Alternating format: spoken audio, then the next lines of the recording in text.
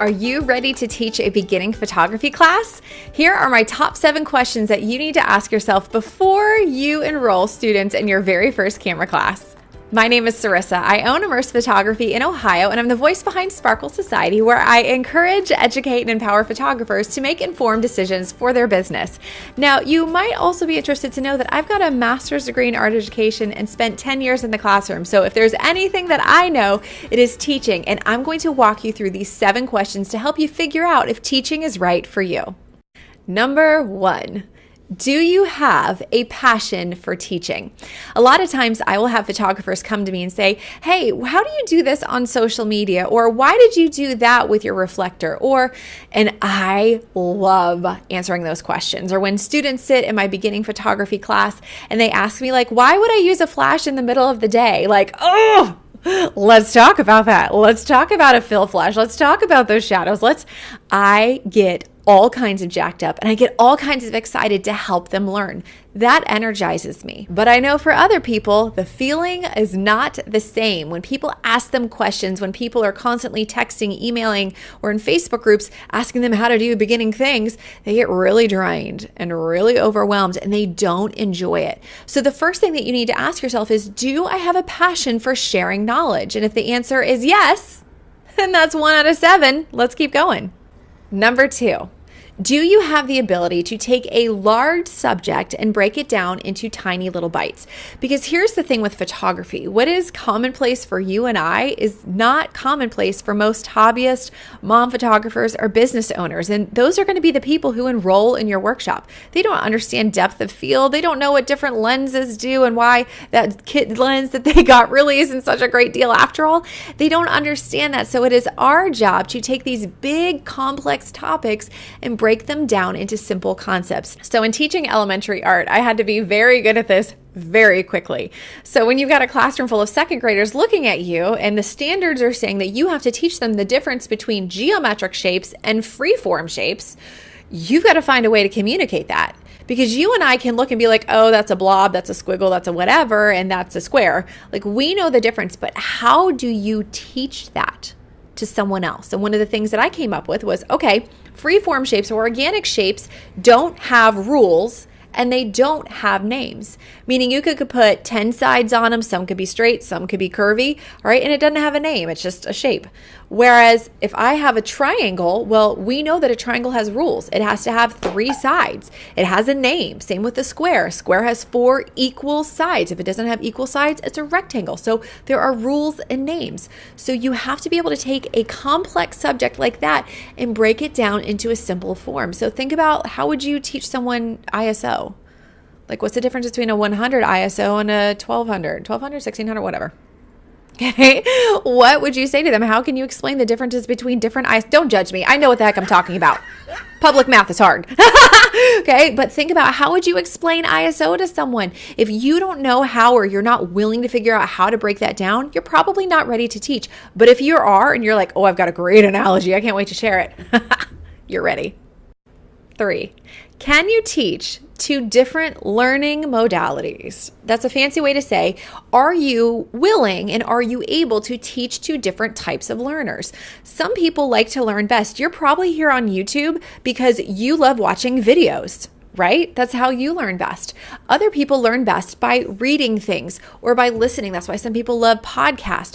Different people learn in different ways. Some people learn by experiencing. They're kinesthetic learners. They need to pick it up. They need to get it in their hands. So watching your slideshow isn't going to do anything for them. They need to pick it up in their hands and try it out themselves.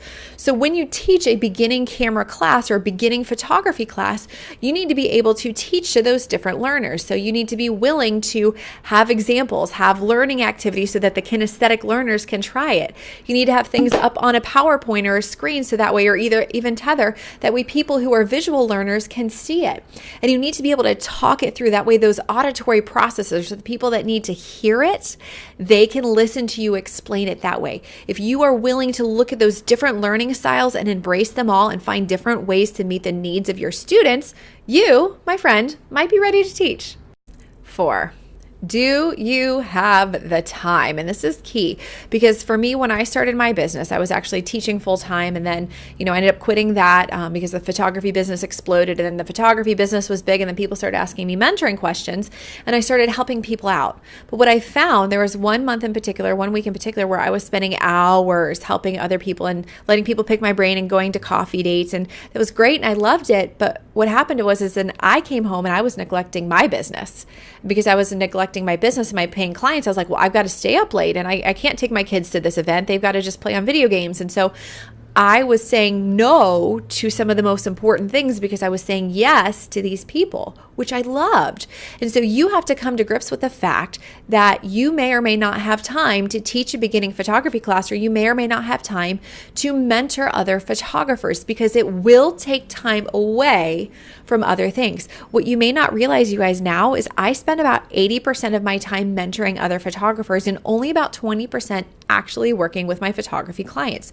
So it can take a substantial amount of time. So if you're considering teaching a beginning photography class, you need to ask yourself, all right, how many times will I teach this? What kind of support will I give my students? And do I really have time to bring this into my business? If the answer is yes, great, go forth. But if not, look and see, is there a way that you can change? Is there a way that you can adjust your business to give yourself that breathing room or the time to bring this in? 5. Do you have tried and true methods? Now, just because you want to teach doesn't mean that you're quite ready to. If you are pretty new in your business or pretty new with photography, you're probably not ready to teach someone else. We have a responsibility. If someone's going to be asking us for knowledge and someone is going to be especially investing in a workshop with us, it's important that we have tried and true methods. We have experience and we have the knowledge to back us up, because what we don't want to create is a situation of the blind leading the blind. If you do not feel comfortable with the technical aspects of photography, if you are not comfortable, shooting in manual, if you're not familiar with white balance, if you're not quite sure what a reflector does or how that impacts your photographs, or what different focal lengths do, or what the difference is between a prime lens and a zoom lens, and if you can't speak to all those things pretty comfortably yet, then you're probably not ready to teach. It might not mean that you can't teach in the future. I mean, maybe you do, and I think you're probably ready. I think you'd be wise to start positioning yourself now to move in that direction. But if you don't have tried and true methods, if you don't feel comfortable with the technical side of photography yet, you absolutely are not ready to teach. Maybe you will be in the future, but maybe not right now. So you need to take an honest look and say, do I really have the experience to be able to back myself up? And I want to clarify, it doesn't mean you've been in business. I was teaching photography classes as a teacher for a long time. I knew photography. I was comfortable with my camera. I knew my stuff. I had a degree in it, for goodness sakes, but I didn't have a business. We have to remember that we're not teaching business in these beginning photography classes. So it's not a matter of have you been in business for a while. It's a matter of have you had a camera in your hands for a long time? If the answer is yes and you feel comfortable, then you are probably, my friend, ready to teach. Some of you are probably like, holy crap, I'm way more ready than I realized, which is fantastic. Number 6, do you have a teacher's heart? Because at the end of the day, those of us who teach truly do love it. Like, I would do this all day, every day for free. I am energized by teaching. I love sharing knowledge. I love seeing people succeed. That truly drives who I am as a person. I have the heart of a teacher at the end of the day.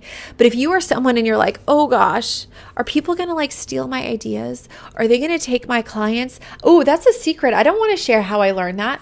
You probably don't have the heart of a teacher. And that doesn't mean that you're a bad person. It just means that maybe you're not ready to teach because you're not ready or able to give from abundance. If you look at any of your favorite teachers in your past, whether they be in the classroom or photographers or mentors, whatever, did I just say photographies? Photographers. Those are people who gave from abundance. They gave without question. They gave, and asked for very little in return. That is the heart of a teacher. So if you don't feel like you're there, that's okay, but you need to recognize that you're probably not gonna enjoy teaching, and it's probably not right for you to add a beginning photography class to your business. Question number 7, and this, my friends, is a biggie. Do you have a plan? Because if you're just like, oh, you know what? I think I'm going to teach a class and I'm going to charge people $100 and that should be good. And we're just going to figure out our cameras. I'm going to show them how to do some stuff. No. You need to take the time to sit down and ask yourself, what is it that my students want to learn? What is it as a professional photographer that I know that they need to learn? And then how am I going to teach in order for them to learn and do and grow in all of those necessary skills?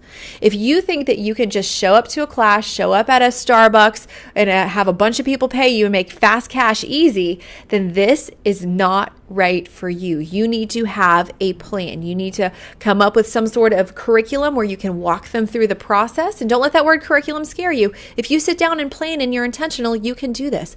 But you need to come up with some sort of plan for your curriculum. You need to have different learning tools, a workbook or a worksheet, a PowerPoint, a way to tether, a location. You need to have a strategy for how you are going to help these people. You have a responsibility because if they are trusting you, you need to come through. So if you don't have the time or the desire or the interest to sit down and make a plan, then teaching beginning photography classes probably isn't right for you. But if you're willing to dig in, if you're willing to do the hard work, and if you're willing to say, I'm going to make this happen and I'm going to make this class the best it can be, then my friend, you are ready to teach. So there you have it, the 7 questions that I believe you need to ask yourself before you even consider teaching a beginning photography class. Now, if you loved this, then make sure that you hit that subscribe channel and come on over to the sparklesocietyworkshops.com to get more free education so that you can grow your photography business. At the end of the day, adding a beginning photography class to your repertoire is one way to grow your business, but there are so many other ways that you can grow and develop your brand, and I would love to come alongside you and help you make that happen. So join me, either subscribe here, come on over to my website, or connect with me on social media, because together we are going to help you shine online, find your inner unicorn, and glitter done. I'll see you in class.